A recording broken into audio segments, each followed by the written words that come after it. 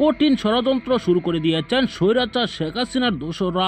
ইতিমধ্যে সেনাবাহিনীর সাথে কঠিন সংঘর্ষ শুরু হয়েছে শিক্ষার্থীদের কঠিন আলটিমেটাম দিয়েছেন সেনাবাহিনীর সদস্যরা। এমনকি কি ষড়যন্ত্র করছে সরকারকে হটানোর জন্য ভয়ঙ্কর ষড়যন্ত্রগুলাই ভিডিওতে দেখতে পারবেন।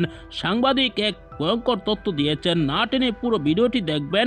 শেষে দেখতে পারবেন যে সেনাবাহিনীর সাথে শিক্ষার্থীদের কেমন সংঘর্ষ চলছে। তখন থেকে একের পর এক আন্দোলন চলছে, বিভিন্ন জায়গায় অগ্নিকাণ্ড ঘটছে। সেই অগ্নিকাণ্ড ঘটাচ্ছে আওয়ামী লীগের লেবাসধারী কিছু কর্মকর্তারাই। তারা বিভিন্ন মন্ত্রণালয়ের দায়িত্ব পালন করছেন। তারা দায়িত্ব থাকাকালীনই এরকম হামলাগুলা করছে, সংঘর্ষগুলা তাদের ইন্ধনে চালাচ্ছে।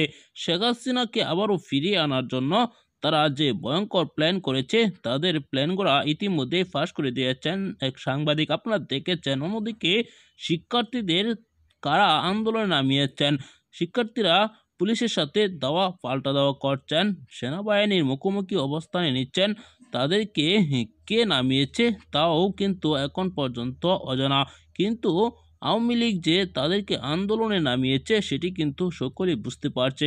কিন্তু এখন পর্যন্ত তাদেরকে চিহ্নিত করে গ্রেপ্তার করা যাচ্ছে না, কেননা তারা অনেক বড় বড় মন্ত্রণালয়ে দায়িত্ব পালন করছেন।